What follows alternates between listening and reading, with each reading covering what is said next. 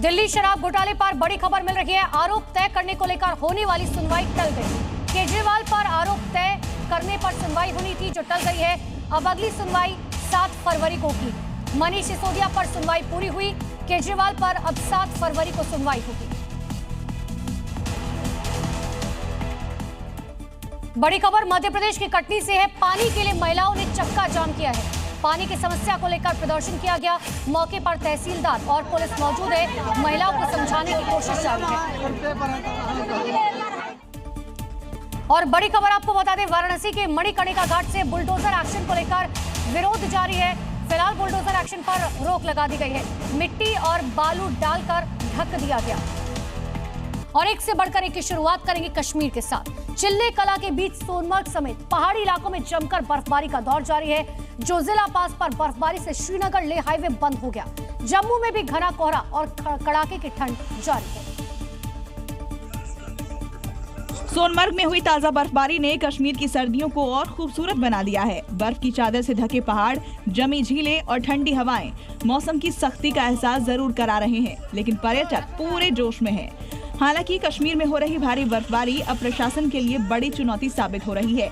बर्फ के चलते सड़कों पर फिसलन बढ़ गई है। इस दौरान सोनमर्ग में कई रास्तों पर बर्फ जमा हो गई। जगह जगह से बर्फ को हटाने और रास्तों को खोलने का काम तेजी से जारी है। कश्मीर में भारी बर्फबारी के चलते रेल और हवाई सेवाएं प्रभावित हो रही हैं। मौसम विभाग के मुताबिक 23 और 24 जनवरी को चिनाब वैली और दक्षिण कश्मीर में भारी बारिश बर्फबारी की आशंका जताई गई है। बर्फबारी के बाद तापमान में भारी गिरावट दर्ज की जा रही है। शीतलहर ने ठिठुरन बढ़ा दी है। इस बीच स्थानीय प्रशासन ने पर्यटकों को सावधानी बरतने की सलाह दी है। राजधानी दिल्ली समेत उत्तर भारत के कई राज्यों में आज एक बार फिर से घने कोहरे ने दस्तक दी। आज फिर दिल्ली वालों की सुबह कड़ाके की ठंड और घने कोहरे के साथ हुई, जिसके चलते रेल यातायात के साथ उड़ानों पर भी बुरा असर पड़ा।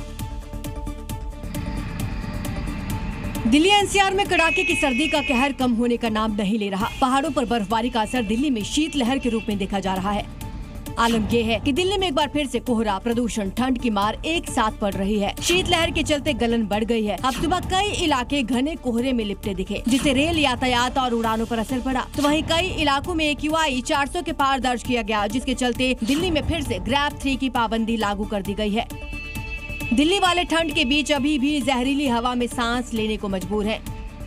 ये देखेंगे अगर आप गाड़ी तो ये सामने निकली और 1, 2, 3, 4, 5 यानी 5 सेकंड के अंदर ही ये गाड़ी कैमरे से, आंखों से ओझल हो जा रही है। और ये हालात पूरे दिल्ली और आसपास के इलाकों में फिलहाल बने हुए हैं।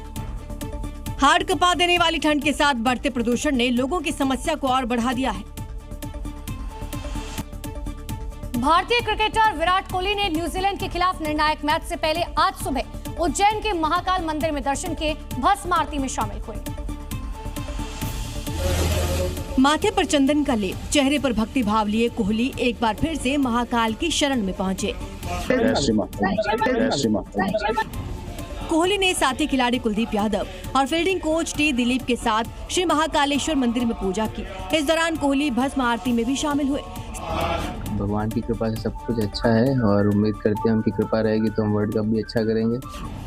स्टार क्रिकेटर कोहली की महाकाल भक्ति किसी से छिपी नहीं है। वो पहले भी कई बार महाकाल के दर्शन के लिए आ चुके हैं। बता दें कि भारत को न्यूजीलैंड के खिलाफ तीसरे और आखिरी वनडे से एक दिन पहले कोहली ने महाकाल के दर्शन किए। इस दौरान मंदिर से निकलते समय कोहली पुजारियों और सुरक्षा अधिकारियों से घिरे दिखाई दिए।